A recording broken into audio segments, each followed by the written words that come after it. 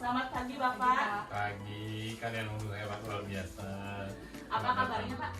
Astagfirullah, baik-baik saja. Iya Pak, di sini kami ingin mewawancara Pak tentang pengambilan keputusan ya Pak ya. Nah, yang pertama nih Pak, pertanyaan pertama adalah selama ini bagaimana Bapak dapat mengidentifikasi kasus-kasus yang merupakan dilema etika atau bujukan moral? Terima kasih kalian guru-guru hebat yang luar biasa. Kalau kami di sekolah itu memang kita banyak mengalami permasalahan-permasalahan, ada dilema etika, ada yang masuk ke moral dan sebagainya.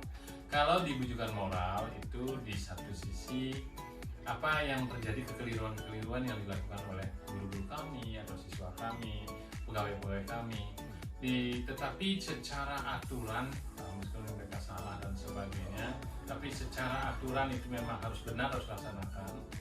Nah, kami karena moral, kami butuh moral dan sebagainya itu pertama adalah bukan karena rasa kasihan, tapi lebih banyak kami menyelamatkan pembinaan, memberikan pembinaan kepada mereka dulu. Karena di satu sisi aturan itu harus dijalankan, tetapi di satu sisi kami harus mendengar juga mereka apa keluhan dan sebagainya, meskipun mereka itu salah. Nah, kalau dilema etika memang dilema, benar-benar namanya dilema, adalah permasalahan secara etika mungkin dia benar, kemudian kita juga merasa benar dan segala. Kami selalu berusaha untuk bisa menyelamatkan mereka itu yang bermasalah. Misalnya satu contoh, anak-anak kadang-kadang mintanya saya mau menyelenggarakan graduation Pak, kami harus memeriah kegiatannya. Tapi kalau graduation kami berpikir juga di tempat lain, itu benar mereka lulus pertama dan sebagainya.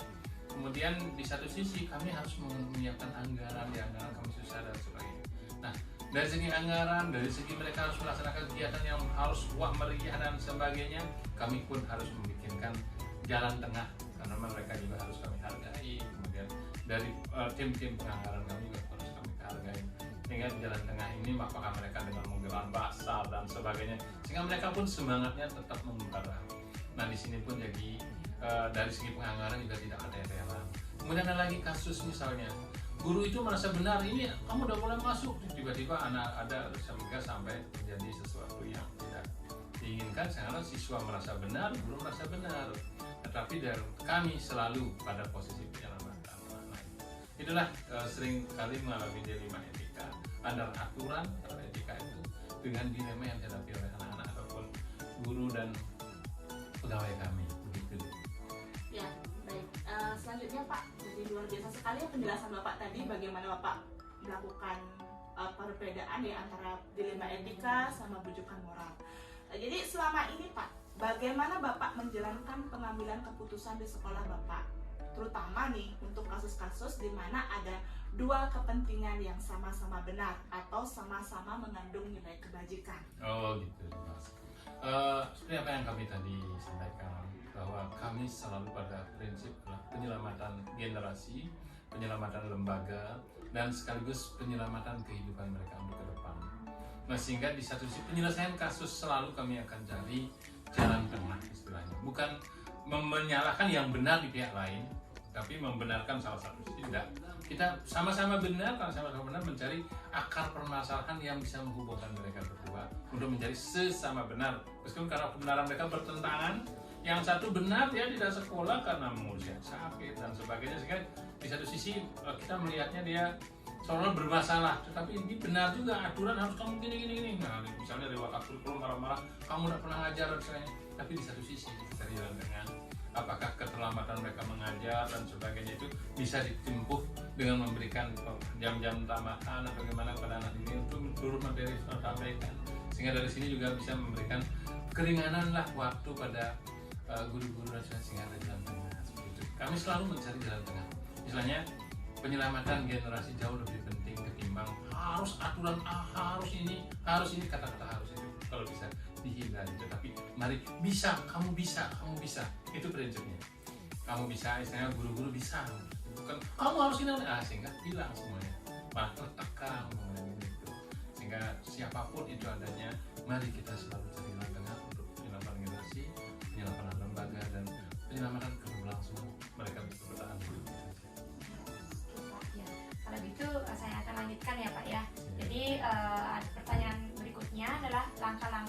prosedur seperti apa yang biasanya Bapak lakukan selama ini di langkah-langkahnya? Oh, kalau setiap kali ada hal-hal yang di luar prediksi kita, itu pertama itu adalah yang menemukan kasus dulu siapa. Kemudian ada kalau memang siswa itu minimal ada wali kelas, ada guru mata pelajaran, mereka tahu. Kemudian kami koordinasikan dengan di BK dan sebagainya. Kemudian ada waka dan sebagainya. Tetap seperti itu prosedurnya, dan mereka itu harus tercatat semua. Kemudian dicari solusinya, bahkan apakah perlu panggil orang tua, bagaimana. Itu kalau siswa. Kalau guru bermasalah dan sebagainya, pertama pasti kami pendekatan secara pribadian dulu, kemudian nanya, kemudian cari solusinya kayak gimana, apa permasalahan mereka hadapi, sehingga kita bisa mencarikan solusinya. Kemudian kami minta juga pertimbangan dari Bapak Pengawas dan sebagainya, apa yang harus kami lakukan. Nah, tetapi tetap berpergilah pada penyelamatan kegiatan mereka, melindungilah mereka. Ya, jadi pendekatan ya Pak ya, pendekatan terlebih dahulu, bagus Pak. Kemudian selanjutnya, hal-hal apa saja yang selama ini Bapak anggap efektif dalam pengambilan keputusan pada kasus-kasus dilema etika? Ya, kami harus mencari keputusan bersama. Antara yang bermasalah itu harus keputusan bersama. Apa seharusnya mereka lah yang memutuskan, kami hanya memfasilitasi untuk kegiatan itu. Misalnya, yang satu sisi kalau misalnya dia jarang mengajar di kelas, siswanya sering dibengkalakan dan sebagainya. Di satu sisi tuntutan kurikulum harus selesai dan sebagainya. Nah, kami jalan tengahnya, mereka kumpulkan, kita panggil kumpul dan sebagainya, supaya nanti tidak ada istilahnya tuh guru sedang ngajar. Nah, seperti itu. Ini lagi sepertinya merasa benar, gimana saya mengajarnya, orang saya situasinya seperti ini dan sebagainya. Nah, sekarang kita kumpul dan sebagainya. Nah, itulah seperti tadi yang saya bilang, apa jadwal kita, mereka itu kasih jam pelajaran untuk anak-anak, dan anak-anak juga memberikan keputusan seperti itu bareng-bareng lah, istilahnya kita diskusi seperti itu. Kalau komunikasi kita komunikasikan, itu prinsip. Iya. Oke, selanjutnya Pak, hal-hal apa saja yang selama ini merupakan tantangan dalam pengambilan keputusan pada kasus-kasus dilema etika? Tantangan apa Pak? Ya, kalau tantangan sih biasanya orang mau berubah itu yang susah.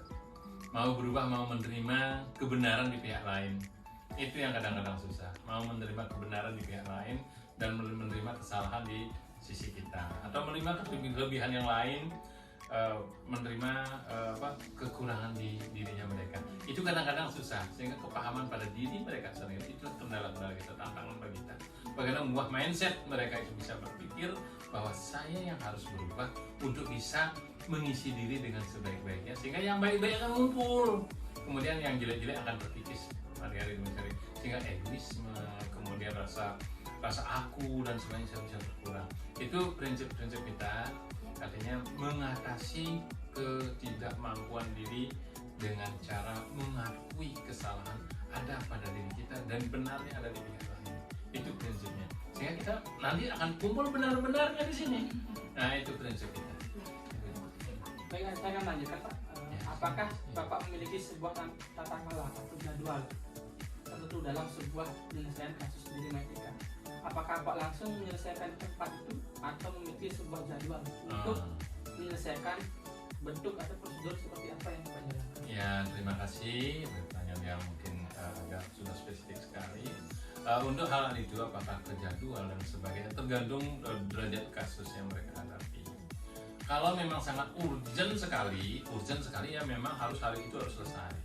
Prinsip lagi agar kalau ini kepada siswa itu jangan sampai menunggu hari esok. Hari itu dia ketemukan dan hari itu kalau bisa selesaikan. Nah, kalau memang harus memerlukan panggilan orang tua, misalnya kasusnya terlalu level berapa, kan ada level kasus istilahnya, level 1, level 2, level 3. Misalnya kalau sekedar rambut panjang mungkin ditegur langsung diselesaikan. Kalau memang dia melanggar meninggalkan guru atau gimana, nah itu mungkin ada kasus 2 sudah.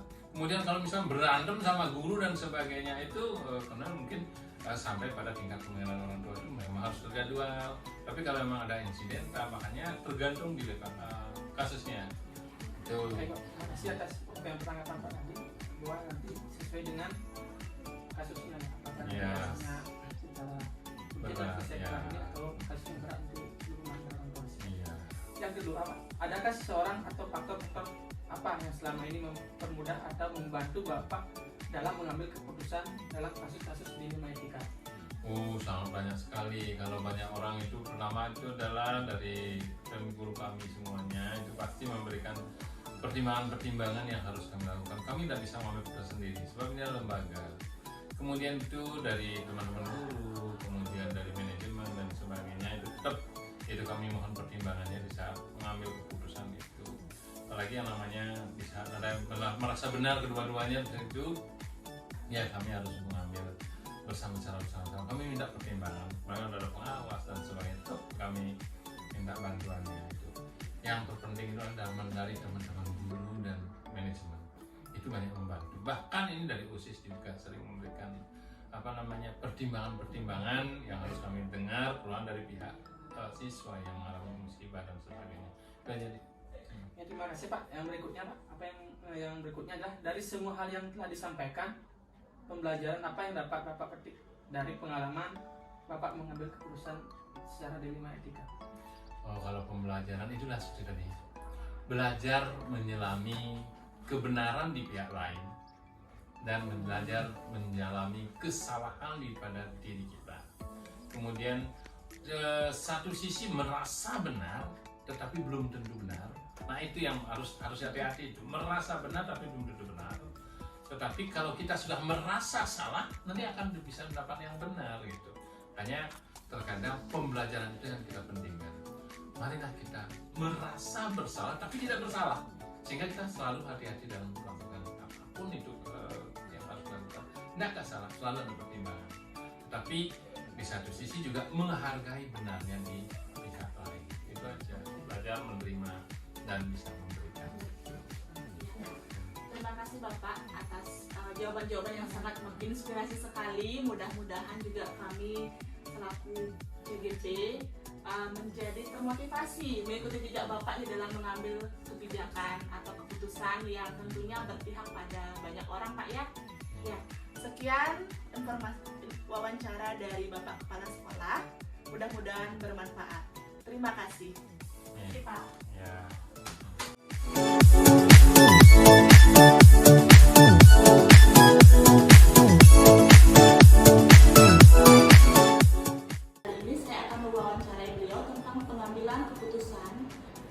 Dilema etika.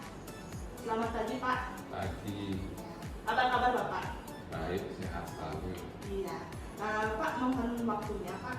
Saya ingin mengadakan wawancara terkait dengan pengambilan keputusan Bapak selaku pemimpin pembelajaran atau pemimpin sekolah mengenai kasus-kasus dilema etika yang pernah Bapak alami. Apakah Bapak bersedia? Bersedia. Pak, selama ini Pak, bagaimana Bapak membedakan kasus dilema etika dan rujukan moral Pak?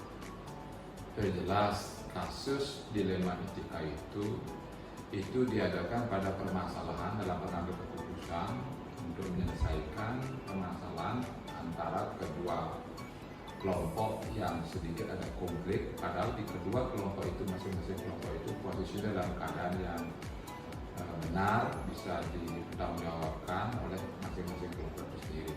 Nah di sini biasanya selaku kepala sekolah agak dilematis dalam pengambilan keputusan itu. Nah oleh karena itu dalam rangka untuk mengidentifikasi permasalahan-permasalahan seperti itu, kita tidak melibatkan kepala sekolah saja. Saya tidak sendiri menggunakan seperti itu.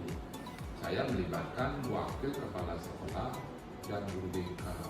Guru BK yang saya ajak di sekolah ini untuk bagaimana mereka mengidentifikasi permasalahan yang terjadi di antara dua kelompok yang sedikit ada konflik seperti itu.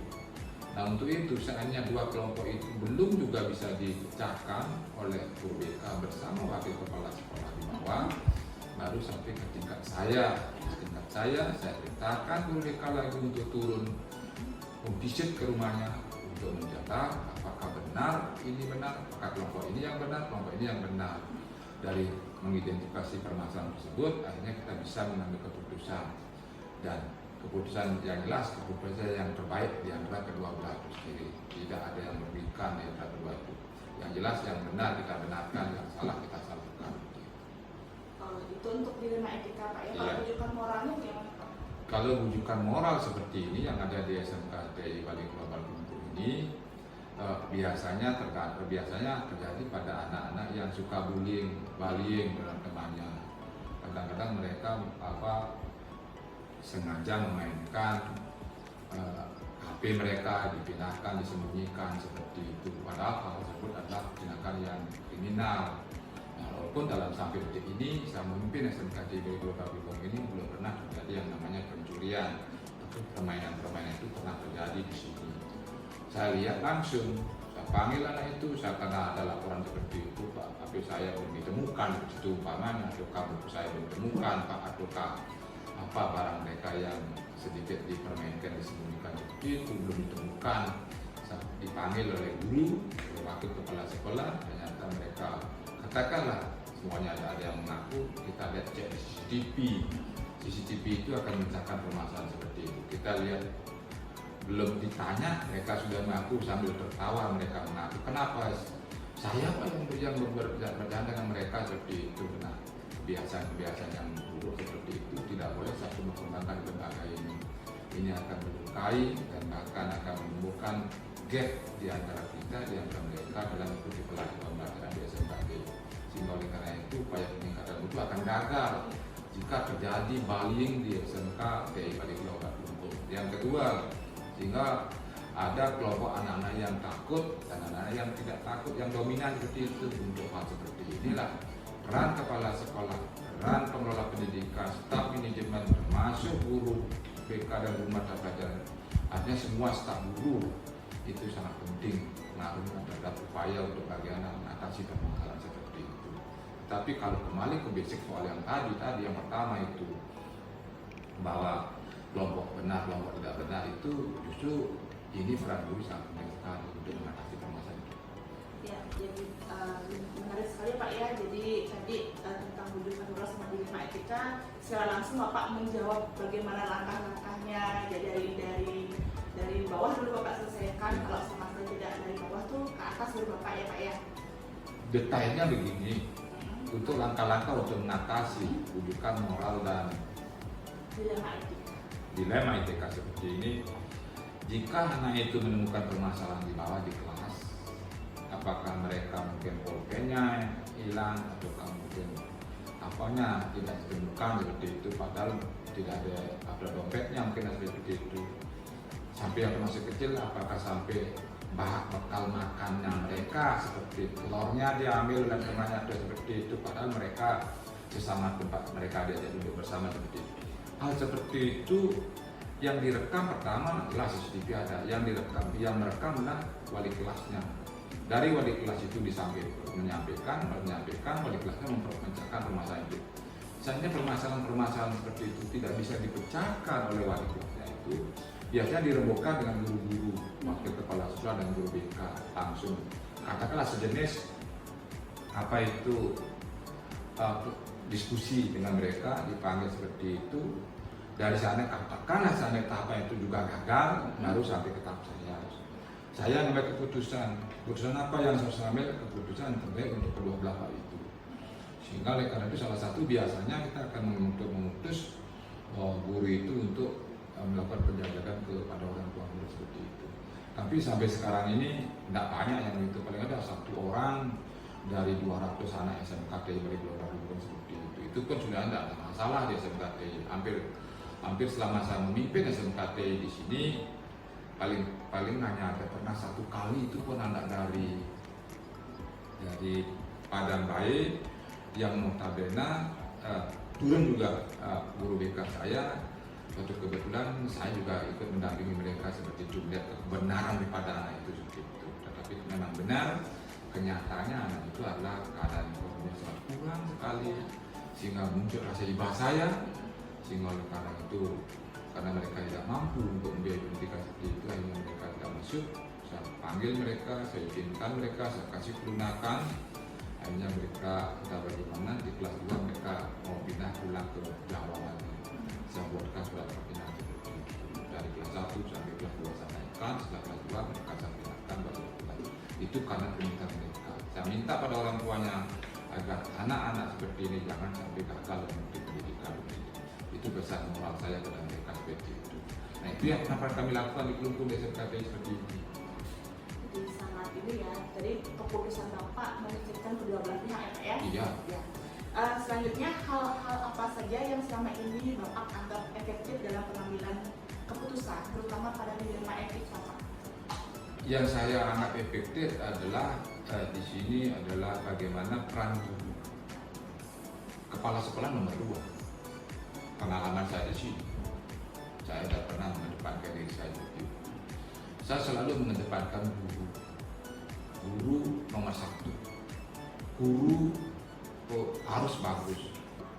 Sebab pengalaman saya, sehebat apapun gedung sekolah ini, sehebat apapun kurikulum sekolah ini, sehebat apapun sarana prasarana sekolah ini, sehebat apapun daya dukung sekolah ini, pembiayaan seperti itu, tapi kalau tanpa didukung oleh adanya guru yang bagus dan pengelolaan sekolah yang bagus, maka itu semuanya tidak ada artinya. Untuk itulah saya selalu kepala sekolah di sini selalu mengedepankan guru. Bagaimana guru agar mereka punya rasa sense of belonging, rasa memiliki yang tinggi terhadap sekolah ini, sehingga akan muncul adanya responsibility, tanggung jawab terhadap upaya peningkatan di sekolah ini. Nah, untuk itulah saya selalu membekali guru agar mereka mau belajar keras. Pesan saya agar mereka mau belajar keras, memenuhi semua kewajibannya. Pokoknya minimal lah, kalau sekarang ada 10 kompetensi guru dari penyusunan perencanaan pembelajaran sampai pengajaran remedial, guru itu harus memiliki itu. Salah satunya dari 10 kompetensi itu adalah bagaimana dia mampu mengelola peserta didik. Mengelola peserta didik seperti apa yang ditanyakan tadi, kita harus berimbang, kita harus mampu menyelamatkan semua peserta didik. Yang kedua, kita tidak boleh belum apa-apa memvonis, menjudgment anak itu, oh kamu ini salah, oh kamu ini begini, tidak boleh. Kita mesti harus melihat latar belakang kenapa sampai seorang anak itu bisa memunculkan permasalahan-permasalahan di sekolah. Kita harus melihat latar belakang yang mungkin di rumahnya. Seperti ada di sini, salah seorang anak dia SMK di balik keluarga bingung seperti itu, yang sosial ekonominya sangat kurang. Orang tuanya buruh tani, ibunya juga tidak bekerja, otomatis mereka tidak akan mampu membiayai keluarganya yang mereka masuk. Yang kedua, ada keluarganya yang sakit. Nah, anak ini yang masuk di sini sebagai salah satu penopang keluarga. Mereka pagi-pagi mereka nyumun dulu, nyumun tak selama seperti itu. Sudah itu pindah dari timur kepada Jakarta. Sudah itu setelah bangun pulang lagi datang ke sekolah lambat. Sering sekali anak itu terlambat di sini. Sampai ke semua staf guru saya mempertanyakan kenapa itu terlambat. Dia nangis setiap dipanggil, nangis setiap itu. Hanya di lah kita turunkan intel ke sana, tanya ini. Ternyata memang benar anak itu buruh semua seperti itu. Bahkan 1 minggu dapat saja mereka itu nggak masuk biar dapat memburu seperti itu, karena orang tuanya ibunya tidak bisa berjalan dan berat seperti itu, bapaknya sudah tua seperti itu. Nah seperti itu akhirnya bagaimana? Setelah kita mencapai seperti itu, kita selalu kepala sekolah baru mengambil keputusan kasih kebebasan beasiswa yang semestinya temannya mereka membayar 1 tahun 12 bulan, mereka kita bayar hanya 6 bulan seperti itu. Ini salah satu langkah untuk menyelamatkan mereka. Dan anak itu sekarang sudah tamat. Nah itu sudah tamat dan bekerja seperti itu. Tidak di berserta anak itu sudah bekerja di salah satu perusahaan seperti itu. Nah, ini yang pernah pengalaman terjadi seperti ini. Makanya oleh itu kembali faktor guru ini sangat penting. Makanya oleh itu guru tidak boleh berhenti, tidak belajar. Mereka harus selalu setiap hari bagaimana mengupdate pengetahuan dan keterampilannya mereka agar ada bekal mereka dalam mengelola peserta didik. Biasanya kalau guru yang tidak memiliki tambahan pengetahuan dan keterampilan seperti itu, guru itu biasanya sifatnya hanya menyalahkan peserta didik. Tidak pernah mereka menyalahkan dirinya sendiri, tidak pernah mereka melakukan social control pada dirinya sendiri. Tapi mereka akan selalu memprotes, kamu salah, kamu terlambat, kamu begini. Guru tidak melihat apa penyebab keterlambatan, apa penyebab mereka tidak masuk seperti itu. Bukankah mereka tidak punya HP seperti itu? Salah satu. Nah inilah makanya mereka itu saya untuk memecahkan semua permasalahan biar tidak muncul permasalahan seperti itu. Salah satunya faktor guru, saya selalu mengajak bagaimana guru saya agar semuanya bisa mengupdate pengetahuan dan keterampilan seperti itu. Jadi hal yang efektif itu faktor guru ya Pak ya, jadi Bapak tekankan ya. Nah tadi selain ada hal-hal efektif ya faktor guru itu sendiri, apakah ada hal-hal yang menurut Bapak sebagai tantangan dalam memberikan keputusan itu Pak? Ada. Tantangan itu selalu ada karena kita mengelola sumber daya manusia supaya kita punya target, punya visi yang jelas seperti itu. Sehingga oleh karena itu untuk mencapai visi tujuan target seperti itu kan jelas itu bukan beban, itu bukan masalah, tapi saya jadikan sebagai tantangan. Nah sekarang bagaimana untuk mengatasi tantangan itu? Apa tantangan yang harus ini? Bagaimana agar lulusan SMKT ini minimal mereka memiliki keterampilan yang disebut dengan 4C. 4C itu satu, keterampilan seluruh peserta didik SMKT dari yang tamat dari SMKT mereka harus memiliki keterampilan minimal 4C. Satu, critical thinking, ya, berpikir kritis itu. Gimana kita membekali agar seluruh siswa kita mereka punya kemampuan di bidang critical thinking. Yang kedua, communication, ya, berkomunikasi. Kemampuan berkomunikasi itu memudahkan mereka untuk mencari peluang, mencari kerja, mencari apapun ke depan. Berkomunikasi itu penting seperti itu, terbuka wawasan seperti itu. Yang ketiga, collaboration, berkolaborasi. Hidup ini tidak mungkin kita sendiri aja. Ini kan berkelompok. Keberhasilan saya selaku kepala sekolah bukan karena saya sendiri. Keberhasilan saya selaku kepala sekolah karena ada kolaborasi dengan teman sejawat, dengan kepala sekolah, dengan kelompok-kelompok terkaitannya seperti itu. Jadi kolaborasi. Yang keempat adalah kreativiti. Bagaimanapun juga siswa SMKTI kita bekali dengan punya kreativitas. Tidak hanya mereka pasti kumpul di bidang IT aja, penyusunan desain aja, buat desain aja itu bukan itu aja. Mereka harus kita buatkan biar mereka mampu punya kreativitas. Sehingga dengan kreativitas mereka itu mereka punya daya tarik. Besok mereka belum tamat mereka udah diundang untuk bekerja. Seperti beberapa anak sekarang kelas 12 ini udah dipanggil, disiapkan kerja. Kemudian bisa lakukan tanggal 20 ini saya baru boleh izinkan mereka masuk ke perusahaan untuk bekerja begitu. Dijanjikan gaji yang hampir angkanya 2 juta seperti itu sudah seperti itu. Beberapa anak jadi cari ke sini oleh beberapa perusahaan seperti itu. Nah ini 4C ini harus kita bekali. Ini tantangan siapa? Tantangan lembaga. Saya jadikan bukan tantangan saya pribadi, saya jadikan tantangan lembaga agar semua guru yang ada di SMKT seperti ini mampu membentuk atau membekali siswa dengan kompetensi yang saya harapkan seperti itu. Kompetensi terakhir tambahan saya ya ini adalah confident. Ada 5C jadi yang bisa ya percaya diri.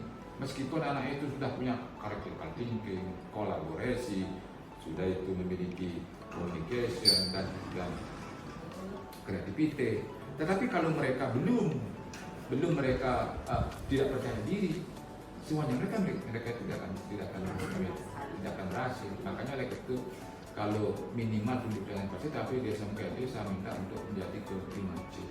Terus bagaimana Pak kalau 5C di SMKT berkelompok C yang lain? Cara saya untuk mereka bisa menambahkan confidence-nya itu percaya diri. Maka setiap hari di pagi hari itu kan ada di sini disebut dengan apel pagi, everyday, apel pagi. Begitu mereka datang, apel pagi, tulisannya dan doa supaya agama Islam, kiblatnya ke barat, kiblatnya ke timur. Habis itu mereka literasi, menyampaikan apapun untuk belajar tampil di depan publik agar mereka percaya diri dengan apa yang mereka miliki, sehingga mereka bisa mengaplikasikan kompetensi mereka yang mereka miliki dan mampu bersaing di masyarakat untuk menatap masa depannya mereka yang lebih bahagia. Luar biasa sekali Pak ya, tantangannya 4C plus 1C Pak ya, confidence ya. Jadi inspirasi juga untuk saya Pak. Anda murid hebat dulu. Iya Pak. Lanjut Pak. Apakah Pak Anda memiliki sebuah jadwal Pak? Atau mungkin jadwal waktu tempat dalam penyelesaian kasus di rumah etika itu Pak? selama ini jadwal memang pembinaan yang dilakukan oleh wali kelas, guru dan guru BK itu kan sudah rutin itu. Tetapi dari pihak saya sebagai kepala sekolah tidak punya jadwal tertentu. Tetapi yang saya miliki adalah setiap ada kasus saya berusaha memecahkan kasus sampai selesai, sampai tuntas pada hari itu. Misalnya tidak bisa tuntas, saya turun tangan. Saya tuntaskan mereka untuk menanti sampai mereka datang ke rumahnya apa sih penyebabnya. Kalau permasalahan itu katakanlah jika anak itu malas itu banyak, apa penyebab anak itu malas? Seperti itu saya turun tangan seperti itu. Biasanya kasus-kasus kecil di sini hampir boleh dikatakan di SMKT ini tidak ada kasus-kasus yang berat sampai pencurian dan sebagainya. Paling-paling karena anak-anak ini adalah anak-anak yang karakternya bagus siswa SMKT seperti ini, paling-paling permasalahan yang mereka hadapi apa suka menculik temannya, tapi istilah saya membuli seperti itu. Nah, seperti itu sering baling tingkat rendah seperti itu, kayak TK kadang-kadang masih gendong-gendongan seperti itu, sampai saya marah, kamu udah deh remaja ini masa gendong-gendongan, masa digendong seperti itu. Nah, hal seperti itu kan tidak masalah, bahkan sampai detik ini hampir tidak ada masalah-masalah yang besar, kasus besar. Karena apa, sekolah ini kondisi sangat kondusif menurut saya ya. Udah itu sekolah ini dijaga oleh ada CCTV lengkap seperti itu dan boleh dilihat di sana ada seperti itu. Nah itu sehingga oleh karena itu cara kelembagaan memang ada jadwal-jadwal seperti itu oleh guru BK dan oleh wakil, oleh pengelola sekolah, termasuk juga terakhir pada saya sebagai kepala sekolah. Jadwal-jadwal saya itu ini memecahkan seperti itu, paling-paling di agenda saya ada. Saya boleh katakan sebentar lagi ya. Agenda kepala sekolah hari ini apa kegiatannya ada. Di sana mungkin memecahkan permasalahan pendidikan seperti itu, memecahkan permasalahan proses pembelajaran seperti itu ada seperti itu. Boleh sebentar lagi juga. Nah terakhir Pak, tadi juga sudah Bapak menyampaikan saya tidak langsung ya siapa saja yang ikut terlibat dalam pengambilan keputusan ya, guru BK, dan selanjutnya saya minta Bapak untuk dari semua hal yang Bapak sampaikan, apa pembelajaran Bapak yang Bapak petik, kesimpulan yang Bapak petik dari semua hal yang tadi Bapak sampaikan, atau semua hal yang sudah Bapak alami dalam pengambilan keputusan? Oh jelas, dari apa yang pernah saya lakukan di sini, ada beberapa kesimpulan yang bisa saya tarik dari pengalaman itu. Satu, semua guru, pegawai, termasuk kepala sekolah harus tanggap dan fokus pada siswa. Itu jika guru pegawai tidak fokus menghadapi problem proses pembelajaran di kelas, maka permasalahan-permasalahan ini pasti akan muncul. Maka oleh karena itu untuk ini dari pengalaman ini saya harus mengefektifkan proses pembelajaran di kelas.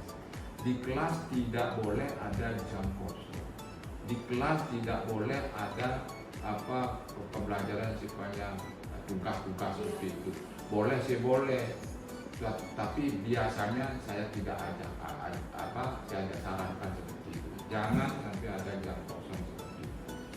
Jam kosong itu akan membuat peluang bagi anak-anak untuk membuat atau berbuat yang indisipliner, sehingga hasilnya bagaimana terjadi kegaduhan di kelas, tidak digeserkan dari kehidupan. Makanya oleh karena itu yang bisa saya tarik dari kesimpulan selama ini.